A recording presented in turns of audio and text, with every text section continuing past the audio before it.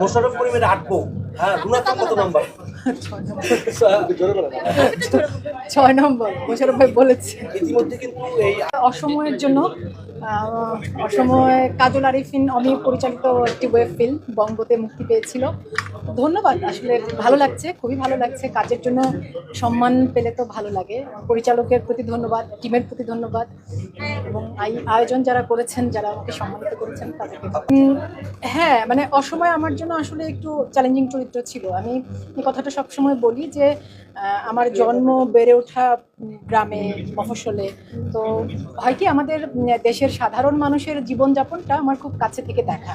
আমি ওর মধ্যেই বড় হয়েছি, কিন্তু খুব শহরের উচ্চবিত্ত, মানে খুব উচ্চবিত্তের জীবন আসলে আমি কাছে থেকে দেখিনি।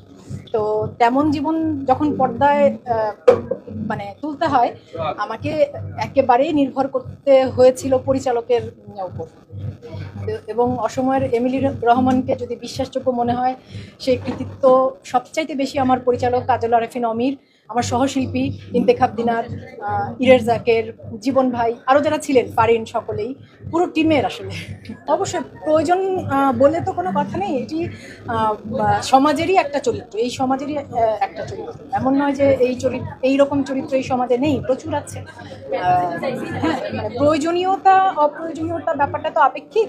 পরিচালক একটি গল্প বলতে চেয়েছেন এবং তার মনে হয়েছে যে তিনি তার গল্পে যে রকম চরিত্রের মধ্য দিয়ে গল্পটা বলতে চান সেটা তিনি বলেছেন।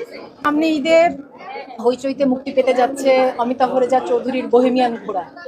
খুবই সম্প্রতি সেটার ট্রেলার রিলিজ হয়েছে এবং আমরা পুরো টিম ভীষণ ভালো প্রতিক্রিয়া পেয়েছি সামাজিক যোগাযোগ মাধ্যমে বা দর্শকদের কাছ থেকে।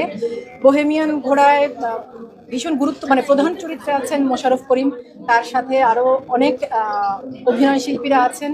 প্রত্যেকেই যার যার ক্ষেত্রে খুবই কি বলবো গুণী, প্রতিষ্ঠিত। আছেন 8 জন নারী অভিনয় শিল্পী, আমি তাদের মধ্যে একজন। এবং আশা করি কাজটা আপনাদের ভালো লাগবে, কারণ অমিতাভ রেজা চৌধুরী আমার ভীষণ পছন্দের পরিচালক। আমি ব্যক্তিগতভাবে তার পরিচালনার ভক্ত এবং এটা আমি সবসময় বলি যে আমার ক্যারিয়ারের একেবারে শুরুর দিকে অমিতাভ ভাইয়ের পরিচালনায় একটি বিজ্ঞাপন চিত্রে কাজ করেছিলাম, গ্রামীণ ফোনের বিজ্ঞাপন চিত্র, যেটি আমার ক্যারিয়ারের একটা টার্নিং পয়েন্ট, খুবই গুরুত্বপূর্ণ কাজ হয়ে আছে। তো পরিচালক হিসেবে অমিতাভ রেজার প্রতি এবং তার টিমের প্রতি আমার সবসময়ের কৃতজ্ঞতা। আবারও ধন্যবাদ এবং কৃতজ্ঞতা যে তারা বোহেমিয়ান ঘোড়ার আম্বিয়া চরিত্রে আমাকে চিন্তা করেছেন। মোশাররফ করিমের আটবো। হ্যাঁ, রুনা খান কত নাম্বার? 6 নম্বর মোশাররফ ভাই বলেছে। ইতিমধ্যে কিন্তু এই মোশাররফ করিমের আটবো এই নাটকটি মুক্তির আগেই কিন্তু জনপ্রিয়তার শীর্ষে চলে গেছে।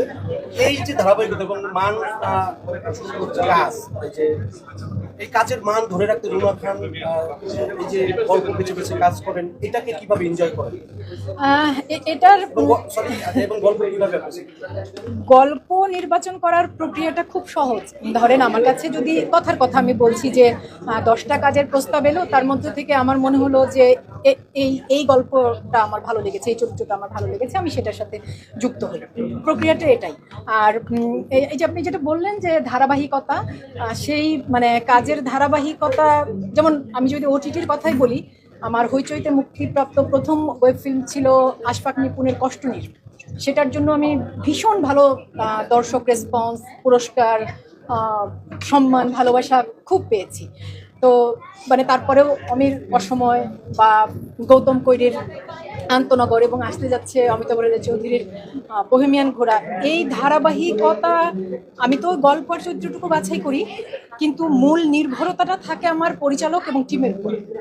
আমি একেবারেই ডিরেক্টরস আর্টিস্ট। তো কাজের মান এবং কাজ ভালো হবার পেছনে কারণ হচ্ছে ওটা যে আমি হয়তো ভালো ডিরেক্টর নির্বাচন করি।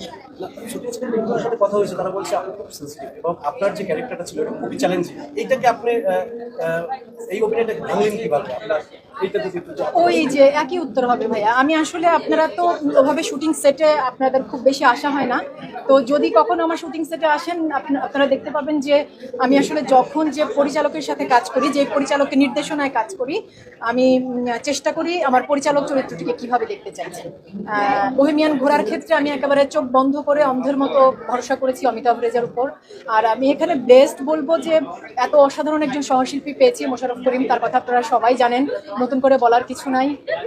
দুর্দান্ত একজন অভিনেতা, ভীষণ সহযোগিতা পরায়ণ একজন সহশিল্পী, পুরো টিম, সিনেমাটোগ্রাফার ছিলেন খসরু ভাই, পুরো টিম, এবং চিত্রনাট্য।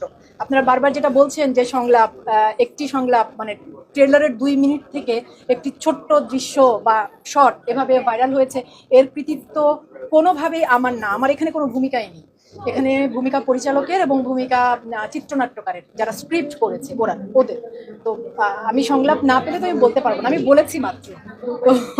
তো জি, আপনি নীলপদ্মের কথা বলছেন। হ্যাঁ, এবার আন্তর্জাতিক চলচ্চিত্র উৎসবে সেটার প্রিমিয়ার হয়েছে। আর হ্যাঁ, মানে নতুন সিনেমা আসলে 3টি পূর্ণদৈর্ঘ্য চলচ্চিত্রের শুটিং শেষ করে রেখেছি। এর মধ্যে আপনাদের সাথে মানে কথা প্রসঙ্গে বলাও হয়েছে মাসুদ পথিকের বক, কৌশিক শঙ্কর দাসের দাফন এবং জাহিদ হোসেনের লীলামত। 3টি সিনেমারই শুটিং শেষ। এখন ছবিগুলো কবে মুক্তি পাবে, দর্শকদের সামনে প্রেক্ষাগৃহে আসবে, সেগুলো আসলে পরিচালক বা প্রযোজক তারা ভালো বলতে পারবেন। আরও 2টো ওয়েব সিরিজের কাজ শেষ করে রেখেছি, সেগুলো মুক্তির অপেক্ষায় আছে। আমি আসলে মেসেজ দেওয়াতে না একদম বিশ্বাসী না। আমি শুধু অনুরোধ করতে পারি বিনীতভাবে যে আমরা সবাই একটু মানবিক আচরণ করি, মানুষের মতো আচরণ করি। আমরা সহিংসতা, আক্রমণ, হিংসা, বিদ্বেষ, এগুলো মানুষের বৈশিষ্ট্য, মানুষের মধ্যে থাকে, আমাদের সবার মধ্যেই আছে, কিন্তু এগুলো একটু নিয়ন্ত্রণ করে আমরা নারী শিশু শুধু নয়, সকলের সাথে এবং সকল প্রাণীর সাথে আমরা একটু মানবিক, প্রাণবিক, সহিষ্ণু আচরণ যদি করার চর্চা করতে পারি, এছাড়া আর কিছু বলার নেই।